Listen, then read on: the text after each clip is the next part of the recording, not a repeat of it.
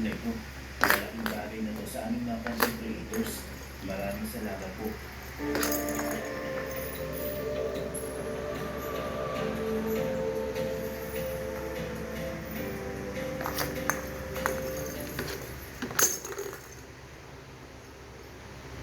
Noong simula ng 1993, dumating si Heather Tallchief sa San Francisco, California. Siya ay 21 years old pa lamang noon. Galing siya sa rock, magulo ang naging buhay niya. Sunod-sunod ang naging trabaho niya na hindi nagtatagal at galing siya sa mga bad relationships. Dahil sa pagod at burnout, nagdesisyon siyang iwan ang lahat. Sumakay siya ng eroplano papuntang San Francisco, dala lamang ang isang duffel bag at cash na nagkakahalaga ng $300. Wala siyang konkretong plano, basta gusto niya lang ng fresh start. On March 1993, ilang linggo pa lang siya sa syudad, pumasok si Heather sa isang nightclub sa Tenderloin District. Ito ay isang area sa San Francisco na kilala sa nightlife. Doon niya nakita si Roberto Solis. Malaki ang agwat nila. Si Heather ay 21, samantalang si Roberto ay 48 years old na. Nilapitan siya ni Roberto sa bar at inalok ng lubo ni Robert. Kahit maingay sa lugar, nagawa ni Roberto na makuha ang atensyon ni Heather. Hindi siya nagkwento ng typical na pick-up lines. Sa halip, nagsalita si Roberto tungkol sa tantric meditation, sex magic at ang paniniwala na kaya ng tao mag-manifest o humila ng kayamanan gamit ang mga rituals. Dahil bata, lost, at naghahanap ng direksyon sa buhay, nakinig si Heather kay Roberto at hindi siya umalis. Pero may lihim si Roberto Solis na hindi alam ni Heather.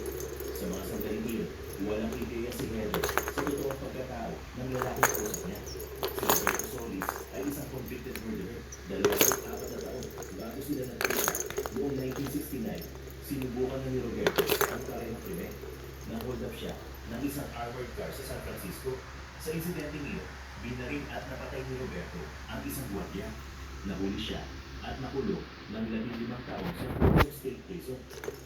Ayon sa prison records, ginugol ni Roberto ang 15 years sa kumungan sa pagbabasa ng mga libro tungkol sa occult, mysticism at mind control. Nagsusulat mo siya ng mga tula gamit ang pen name na Pancho Aguila. Pagyaya niya, bitbit niya ang galit at ang kagustuhan itama ang failed heist niya. Noong 1969, si Heather ang nakita niyang perfect na kasangkapan para dito. Ang manipulasyon at grooming na ginawa ni Roberto kay Heather. Sa mga sumunod na linggo, hindi agad sinabi ni Roberto ang buong kwento ng buhay niya. Nagbibigay lang siya ng maliit na detalye o fragments para magmukhang misteryoso. Mabilis na na-inlove si Heather sa kanya. Ginamit ni Roberto ang pagkakataon para kontrolin ang isip ni Heather. Ito ang mga ginawa niyang steps. Una, isolation at dependency.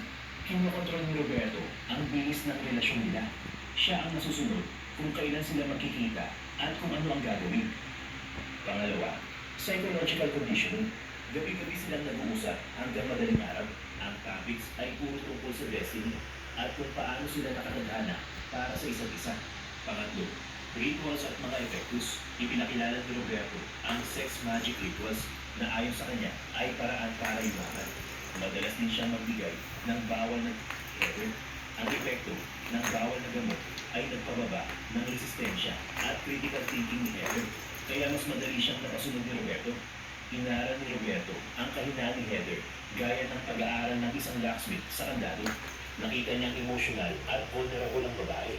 Wala pang walong linggo mula noong nagkakilala sila sa bar, nakumbinsin ni Roberto si Heather na lumipat sa kanyang apartment.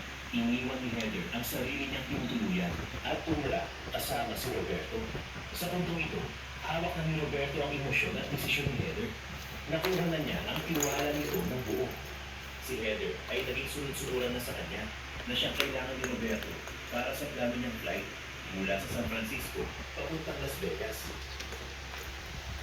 Noong July 1993, biglang inanunsyo ni Roberto na kailangan nilang umalis ng San Francisco. Sinabi niya kay Heather na lilipat sila sa Las Vegas para sa isang fresh start at new energy. Hindi na nagtanong si Heather kung bakit. Nag-impake siya agad at sumunod sa plano.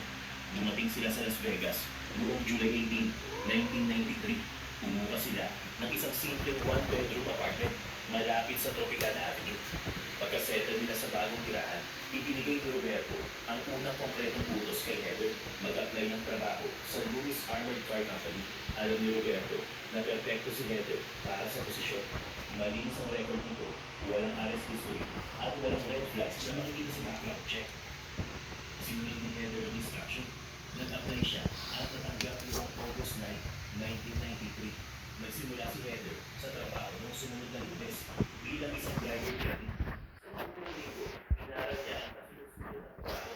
Natutunan niya ang mga rutas sa palibot ng Las Vegas, kung gaano kabigat ang mga bag ng pera, at kung paano magbibiro ng hookers para pumatay ng oras sa pagitan ng mga stops. Sa trabaho, pinakita ni Heather na siya ay humarang empleyado. Lagi siyang on time, magalang at tahimik lang. Wala siyang ginawang anumang bagay para mapansin siya ng mga bisyo sa trabaho. Isa lang siyang forgettable na